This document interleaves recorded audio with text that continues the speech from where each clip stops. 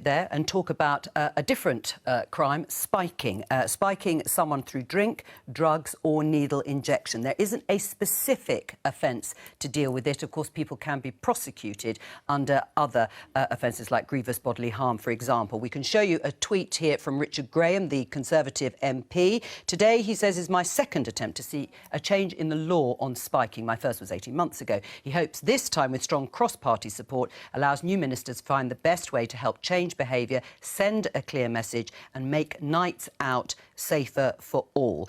Let's talk to Dawn Dines. She's CEO and founder of the charity Stamp Out Spiking. Dawn, welcome to you. What is the scale of this problem? It is a hugely underreported crime, and we've been campaigning for nearly 2 decades now against drink spiking and other spiking-related issues. And going back quite a few years ago, we contacted every police force throughout the UK to request their freedom of information data. And it's virtually, well, it is impossible to collect the so important and needed data on this hugely underreported crime. Do you think, or what difference do you think it would make if there was a specific offence when you can already prosecute people under existing laws? What that would do, first of all, it would give us this all-important data. We've had Operation Leicester, which is now finished. So that means that we've got no data collection currently happening on any spiking crimes whatsoever, because it's done under another law, prosecuted under another law. If we were to get a specific offence code so that spiking's recognised within law, then that would mean that we could adequately train the key emergency services. They would be resourced and trained. We could make spiking compulsory for people who work in the SIA, for example, or bar management, day and nighttime economy. It's because all of these people don't have the correct education why people are getting away with this disgusting crime time and time again. Aisha, I think you know somebody who was a victim of spiking. Who had her drink spiked, and actually she thinks she saw the person doing it, like she could actually see somebody doing it, and they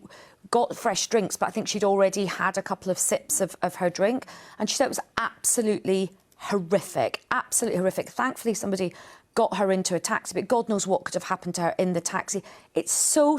And some people are doing it just to have a bit of a laugh, and it just leaves people in the worst state. So I do think this is good that this has been looked at again, and it does need to be toughened up. A new law? Yeah, I think that the data point is really important, because ultimately sometimes I'm sceptical of politicians introducing new laws because if it's just to make a statement. But the point about data, having the information available to know the extent of this crime and then to provide and justify resourcing proper training would be incredibly useful. So for that, if that's what this bill is doing, then I'm all for it. Would you be in favour of a new law? Absolutely. We've called for a new law. I've called for it in debates where the government have just said no, there's no need. For the same point, data, and people are very nervous of coming forward. There's a real kind of victim fear of coming forward because they feel that they're partially to blame. There's all kinds of things going on with victims that I think they would be encouraged to come forward if they knew it was a separate offence, if the police were trained on it, if licensing establishments also had that training. The law is behind what the criminals are doing now. Do the police take it seriously enough? They do, and I've been round nightclubs. I've talked to police about this as part of my role. They do take it seriously, and they struggle with it because not enough people come forward, and they don't quite know what to charge people with because there isn't a specific offence. So I do think it would help. The government, I think, are behind on this and need to catch up with where a lot of the rest of us are. I mean, enforcement is always the issue, but would you be in favour of it? I'd sort of echo what Henry said about we just need a data field that says this is a GBH offence and it happened to be spiking in this case, so we know the extent of the problem. But it's the bars and restaurants and the SIA,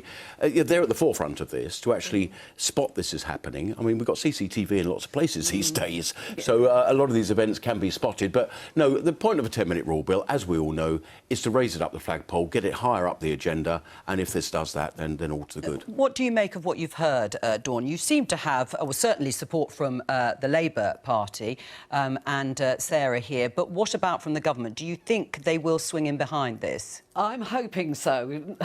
We can't get any sort of justice for the past victims of this crime, but what we can do is we can safeguard against future victims. victims. And what everybody said there, I've got to say, we've actually got 5 cross-political parties who all agree that spiking should be recognised within the law. And if we do get this passed and spiking is recognised as a crime in its own right, then everybody is going to have to up their game. And that's exactly what's needed, because currently people only do what they have to do. It's such a shame when we've got young people on our streets getting spiked every weekend, and not just through drinks, I have to say, through vapes at the moment. This is such a dangerous position that we're all in. We've got young people on our streets trying vapes, try this BlackBerry one, and, you know, they're getting poisoned. It's vital that this law gets recognised.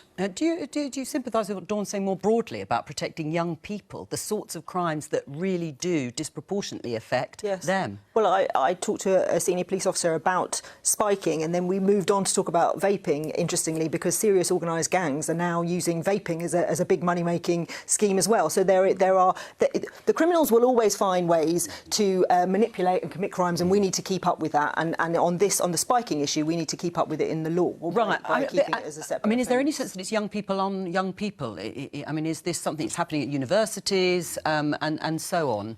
I mean, the universities are getting a lot better at recognising some of these vulnerabilities, and some of the nightclubs are as well, having people outside to make sure if people are coming out and they're on their own and they're vulnerable, there's someone there to try and help them. So people are beginning to understand these vulnerabilities a bit more, but I don't think we've done enough at all to protect, particularly, you know, when it comes to violence against women and girls in this space. You know, we've got an absolute long way to go. And what does the research that you have done, or certainly anecdotally done, Dawn, in terms of whether it's young people perpetrating on other young people? Well, unfortunately, like one of your guests just said, over 97% of victims didn't report this crime to the police. And when we delved into it to find out why, they come back, they're embarrassed, they're ashamed, there's no clear messaging. Some people didn't even realise spiking was a crime. This is why it's essential we show there's zero tolerance. On our initial findings, it showed that it was mainly between 18 to 24-year-olds, but this crime has no prejudice. It happens to men as much as it does to women and girls. Right. I mean, Henry, it sounds like there is quite a lot of support for this, even if it is a bill being introduced by Richard Graham, a Tory backbench MP.